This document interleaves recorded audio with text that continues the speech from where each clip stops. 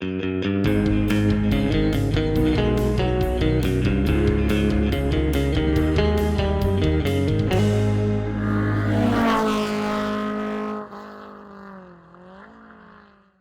everybody, it's Charlie from Daily Motor. I'm here with Chris Brower. We're gonna go for a little kind of talk it out ride along the DM test route. So if you've been watching the channel for a little while here, we pretty much always take the cars around a variation of the same route, but lately, since we've acquired our garage, our space here, Daily Motor HQ, we've been doing the same route every time we test the cars. So we're gonna talk a little bit about what goes into the DM test drive and kind of why we choose the route we do and all the different nice things about the route.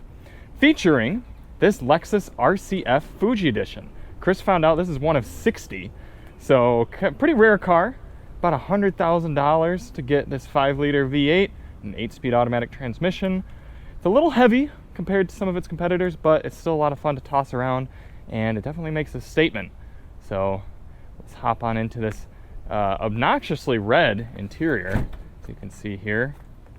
Very much so red, but honestly I think it kind of works with the black and the red. So well. This car has such a presence, so much style. Yep.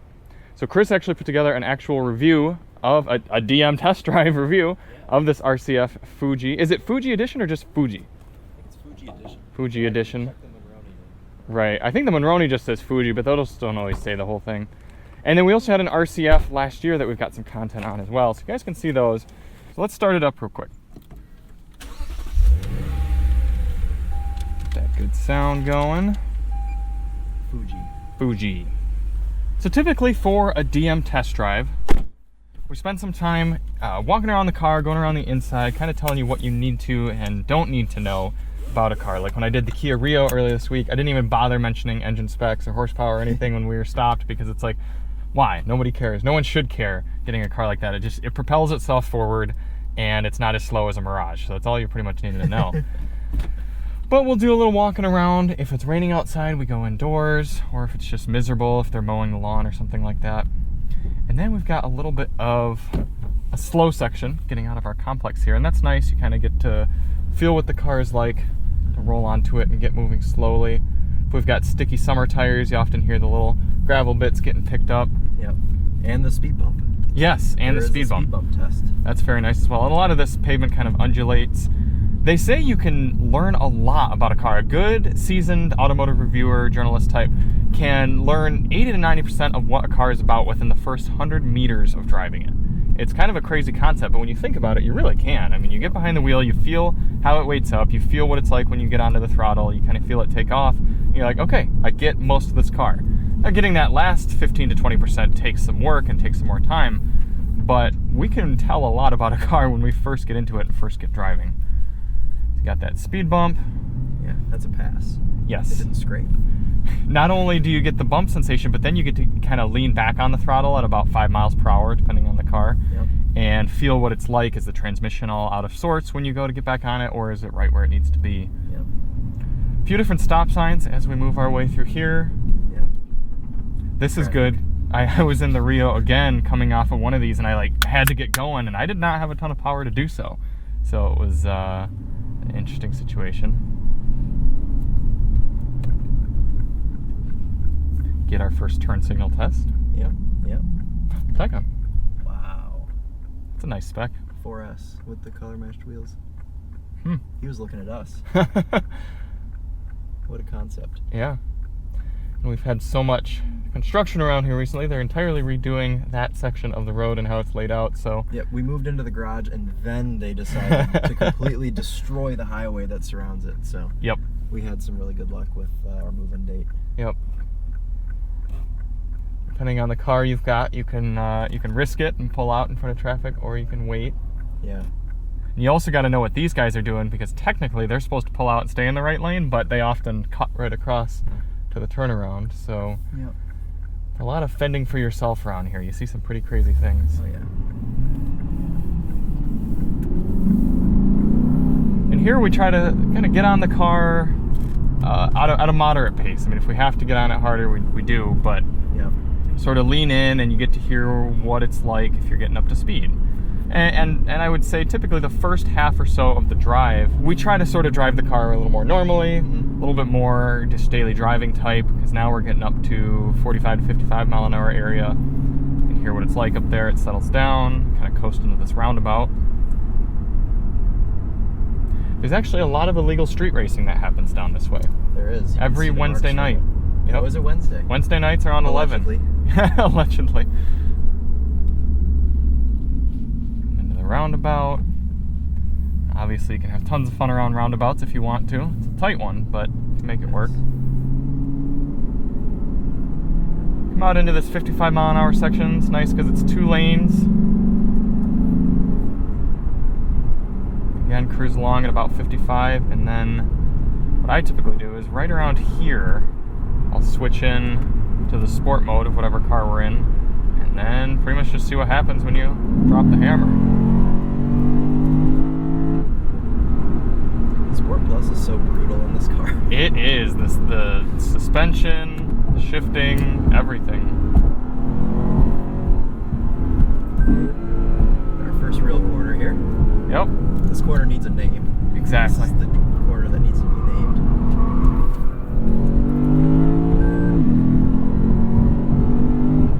And then you get into a lot of the really rough suspension. You get to check your blind spots for sort of this double lane change across. Come into a corner that says 30, but you know, depending on what you're in. I should just call this one guardrail. Yeah, that's actually not a bad idea.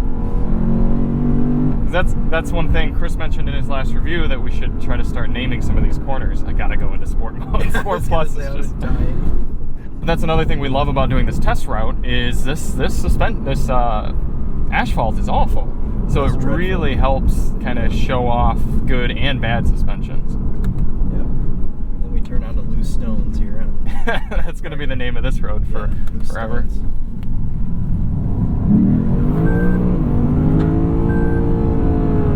And that's why we call it loose stones. Yeah. Got a loose rear end on loose stones. Yep. And then this is a good section when it's not loose stones to do 0 to 60 pulls and 60 to 0 stops. It used to be. Right, it used to be. But this is about the section of the review that we start kind of getting into maybe some of the things that aren't driving dynamic related. We might go back and talk about the infotainment system, HVAC controls, radio, maybe a few gimmicks, visibility perhaps. And depending on the car, sometimes I'll stay in a sporty mode down here, or if I know that I'm going to want to hit this corner, then I'll leave it in something sporty, or, you know, go back and forth pretty much. This is probably the understeer corner, because that's where I went off in the Rio. You got one last little pull, and then you pretty much just pray for no traffic getting onto the on-ramp. It's about a 50-50. If you're lucky, you get a clear on-ramp. Yep. Today we were not so lucky. I usually turn traction control back on when I'm getting on the on-ramp, because I don't want any... To prevent crashing. There was an Opal badge on that Chevy Bolt back there. Really? Yeah. This is a great 90-degree on-ramp, or 180-degree rather.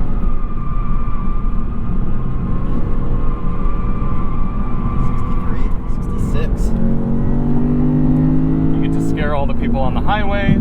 Stay to the right. At 60 in the Mazda CX-5. That's impressive, really, considering you get a CX-5 and do 5 miles per hour lower than this. Yep. This is a concrete section of highway, so it's very loud, but since we take every car on it, we still kind of get to see, well, how loud is it in this versus that. Go into normal mode. And I like this corner because once the lanes pick up here, you can really test the active lane keeping in any car. Yeah. So like in this, lane departure alert turned on, steering assist active. Let's see. Much active. It did a lane change. Yeah, exactly. I've also noticed with this car, if you drive slowly, it gives you a warning that says lane keep assist not available under 32 miles an hour. Why does it need to tell you that? I don't know, but every time you dip below 32, it tells you. And then depending on the car and depending on the status of gravel road or loose stones, you can turn right here.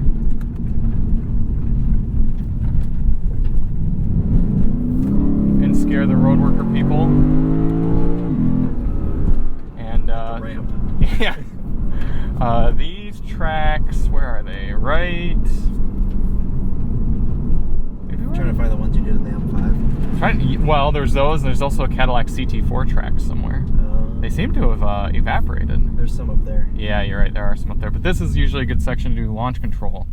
And launch control is not... Did you notice it's not very overwhelming in this car? It's like very subtle. So we need to be... All right. Sport Plus. Launch. We don't have the... There we go. Expert mode that we get. That's terrifying.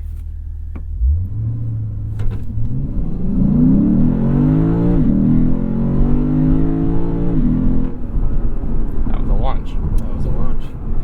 A nice straight section there.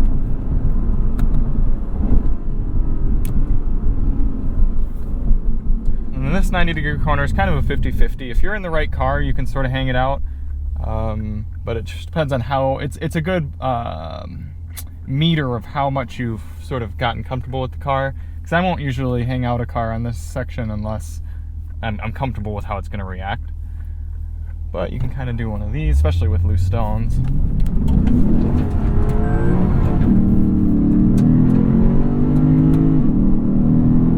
Then you get a nice long section to just pull.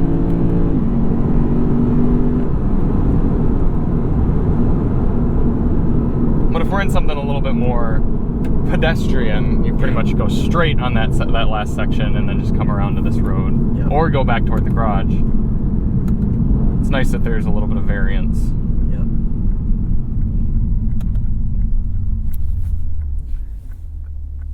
And this is a nice section because it's a big, wide road, so you can really do one of those without feeling as nervous about something happening.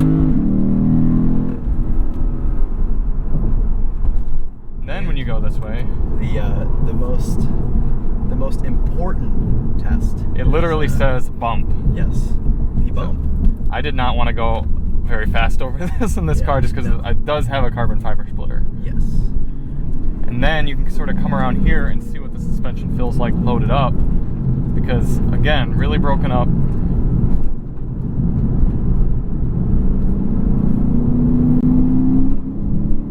Kind of breathe on it through here. If you needed to do another 60 to 0 or 0 to 60, you can do that here. Yep. A little more broken up, though. Broken pavement.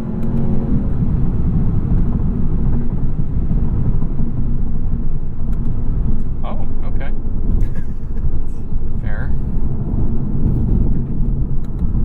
Looks like they've done it before. The back bumper's all torn up. I think it might be some sort of test mule car, because look under the mirrors. It's like self-driving. Yeah.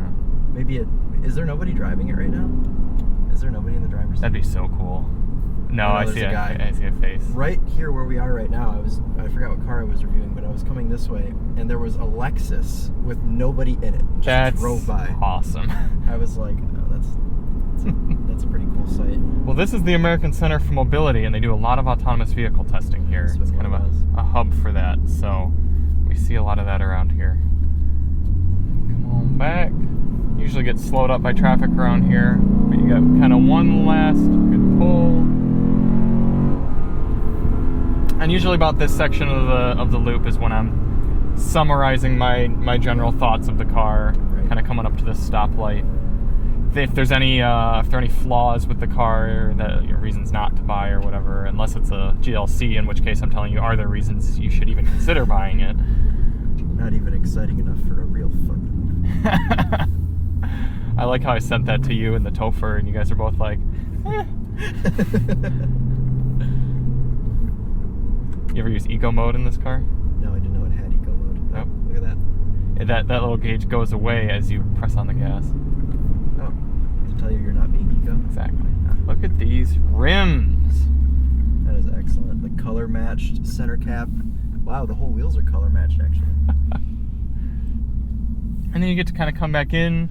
If I'm doing something more like an SUV, I'll do the speed bump slow going out and fast coming in, or vice versa.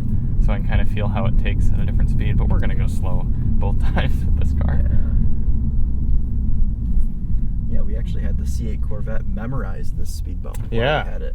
That was nice. Neat. And as tempting as it is to whip ditties in this parking lot, we don't want to crap where we eat and get in trouble with landlords. Yes.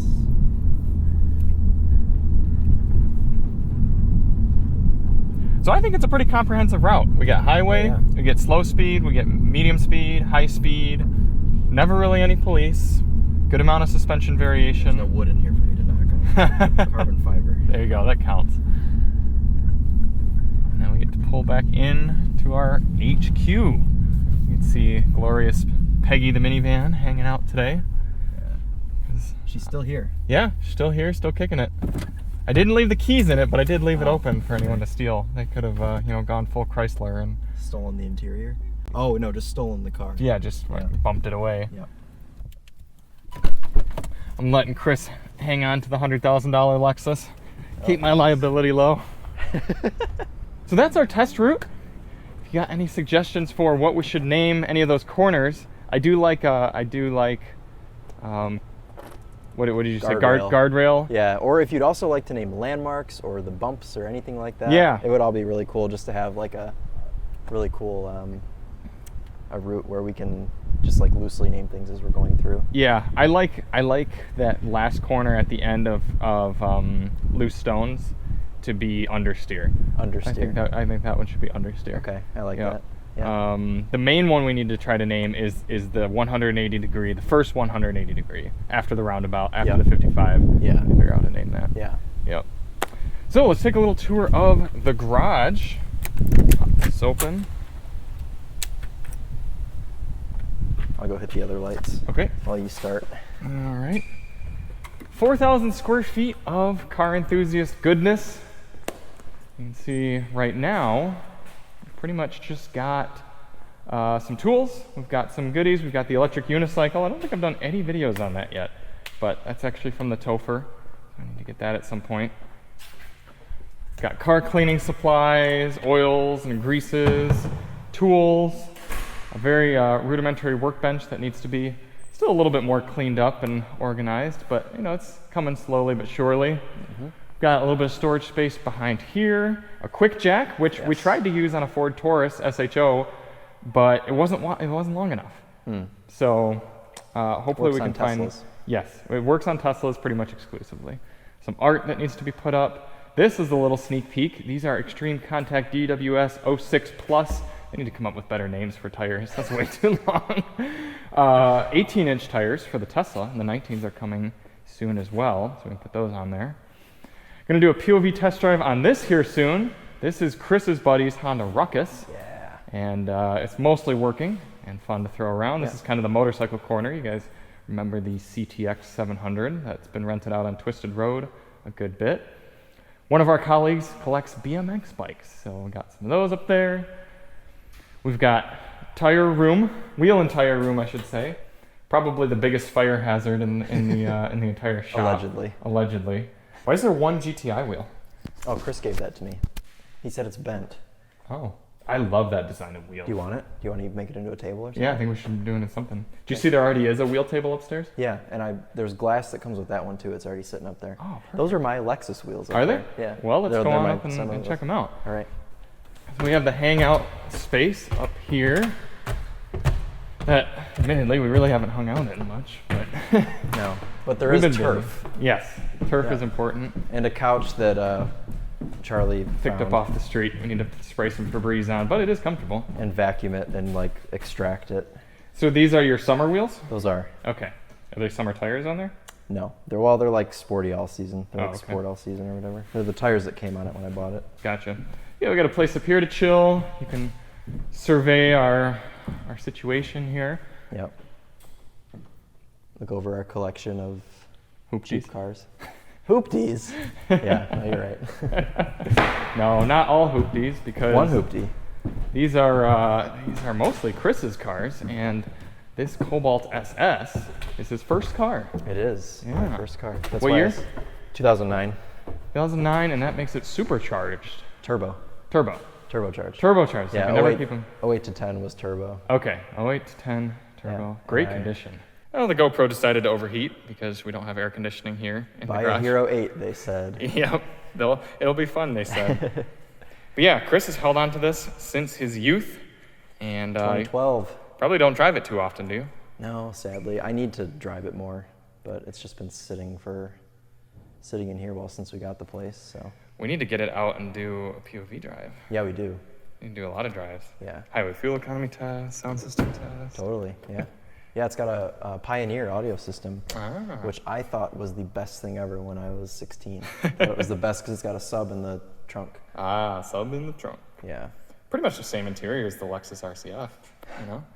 It's red. It's red, yeah. Red, and it's got Alcantara. There you go. So. And then you have the 350,000 mile 3 Series, which once our buddy Kino is done working on it, should be featured on the channel. This will also be featured on the channel. 364,000 miles on this car. So it ran perfect when I got it, and then it did BMW things. So now it's all torn apart. It's got 11 codes. We scanned it yesterday, or 2 days ago, whenever.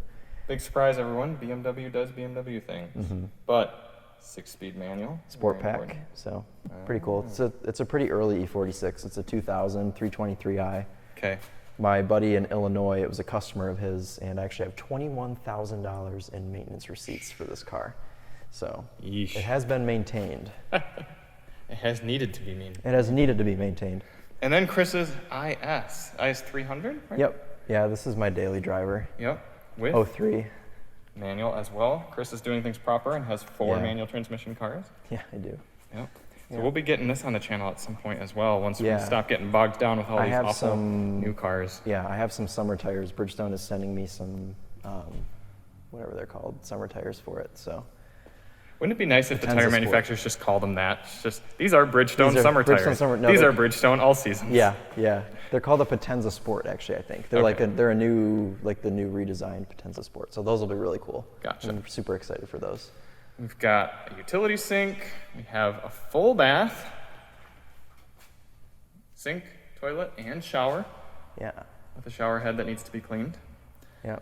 Our buddy's Focus that does not have transmission problems, amazingly enough. Allegedly. I've never ridden in it, so we can't say can't for sure. confirm. A little motorcycle trailer I picked up to pull the bike around. And some office space at the end. A grill. And a grill, very important. A vacuum. I don't know when that got here. But ultimately, that's Daily Motor HQ. So there's a little sneak peek behind what we've got going on, the Daily Motor test route, how we do those, and where we spend our time working on the cars. So thank you all so much for watching, and we will catch up with you on the next one. We're Charlie and Chris from Daily Motor, and as always, drive on.